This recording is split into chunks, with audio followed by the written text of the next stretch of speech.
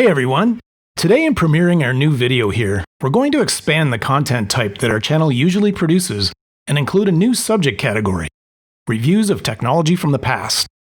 These will be things like old gadgets, audio and video components, and electronic musical devices, and anything else that's retro and cool.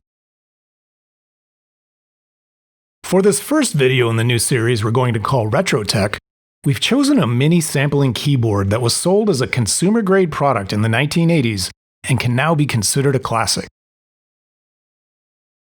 When new, this keyboard was reasonably priced at around $100. It was easy to use and introduced a lot of people to the then-new audio sampling craze that was so pervasive during that time period. The keyboard was not considered a professional piece of kit like a Fairlight CMI or Roland S-50, but more of a low-fidelity 4-note polyphony type that includes basic sound presets, a rudimentary sequence recorder, preset rhythms, and chord accompaniment. Some major recording artists, and also minor ones I'm sure, have used it both in the studio and in live settings to lend their compositions a lo-fi vibe. Within the last 10 years, the keyboard has appeared both in the opening intro and sometimes within episodes of the animated television show Bob's Burgers. If you're a retro tech geek, you would recognize the dog bark sample in the opening intro as one of the classic sound presets from none other than the Casio SK5 sampling keyboard. And here it is. It looks like a toy and occupied that unique consumer space where even though it was low priced and accessible to many, it could also be used for music composition and recording purposes. It has an appealing, well-thought-out, and classic design approach, with the keyboard and function buttons well laid out and designed to be durable, robust, and ready for long-term regular use. This keyboard is 35 years old and functions perfectly. Let's take a look at what it can do. Across the top, the printed graphics read Sampling Keyboard and Pulse Code Modulation.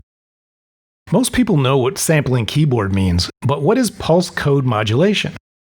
Without getting overly technical, it is a method used to digitally represent sampled sounds and is the standard form of digital audio in computers, compact discs, and lots of other digital audio applications. The keyboard can run on either battery power or AC adapter power. If you prefer batteries, it takes 5 AA types. Turning it over, we can see that it has the power switch in the upper left corner along with an array of buttons and pads along the top. We'll get into those in a minute. On the very upper left is a slider switch for power on-off and positions for one of the 3 modes that the keyboard offers: play, record, and demo.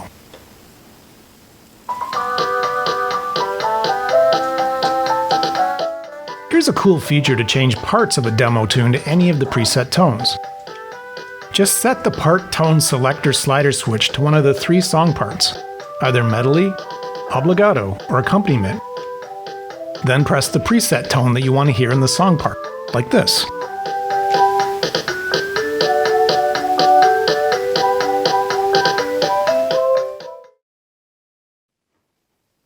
Let's take a look at the onboard tone presets that the keyboard came preloaded with.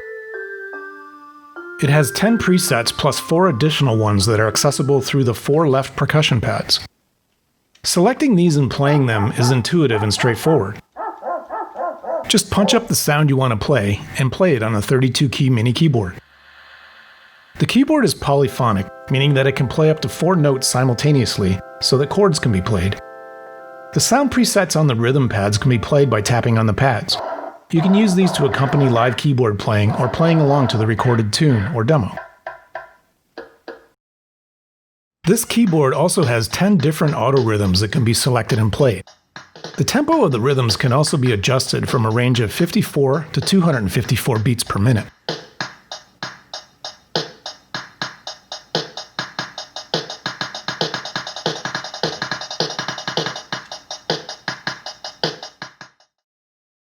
The sampling function is this keyboard's killer application. It has a sampling bit depth rate of 8 bits and a sample rate of 9.38 kHz for up to 1.4 seconds. Samples can be input through a built-in microphone or a line-level input jack on the rear panel of the keyboard. The line level input could be used for microphone or for input from a cassette deck or other device. The sampling control buttons are located on the right side of the keyboard. To sample a sound, the mode selector slider has to be in the play position. Then, press one of the 4 sample buttons to select the memory position. Then press the sample button below it and enter a sound that's less than 1 second through the built-in microphone. When the sound has been successfully captured, a snare drum sound will play. If the sound wasn't successfully captured, a bass drum sound will play. After the sample is captured, it can be played on the keyboard and will vary in pitch depending on the key played. But wait, there's more. That's not all you can do with the samples. The sampled sounds can be looped, reversed, and have sound characteristic envelopes applied to them. Let's see how that works. Select one of the sampled sounds. Now, let's apply a loop to it. Now, we will reverse it.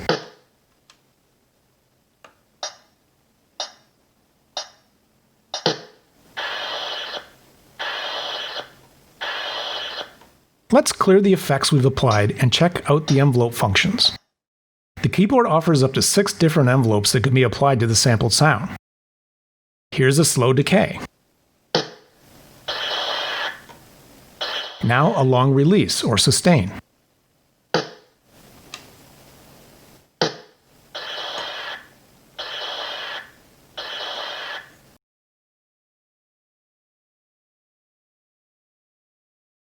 The SK5 provided a rudimentary recording function for recording your own music. To begin recording, switch the mode selector to record and press the memory start button.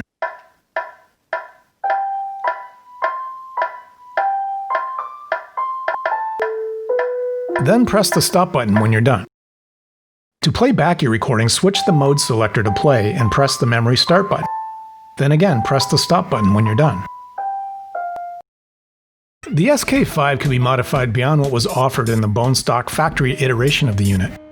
The mods are done by enthusiasts or businesses that offer the SK5 with hardware modifications, or hacks. This is also known as circuit bending, and can be performed on low voltage and usually battery-powered devices like digital synthesizers and toys, like a Speak and Spell. This is usually done to create new musical or visual instruments and sound generators.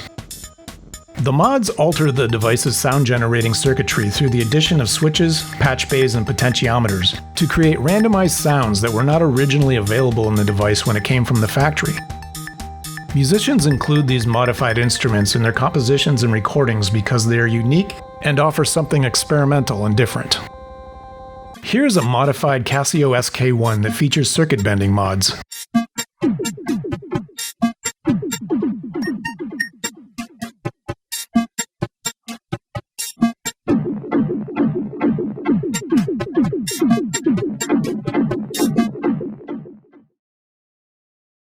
And that's the Casio SK5 mini sampling keyboard from 1985. We really enjoyed making this video and hope you enjoyed watching it also.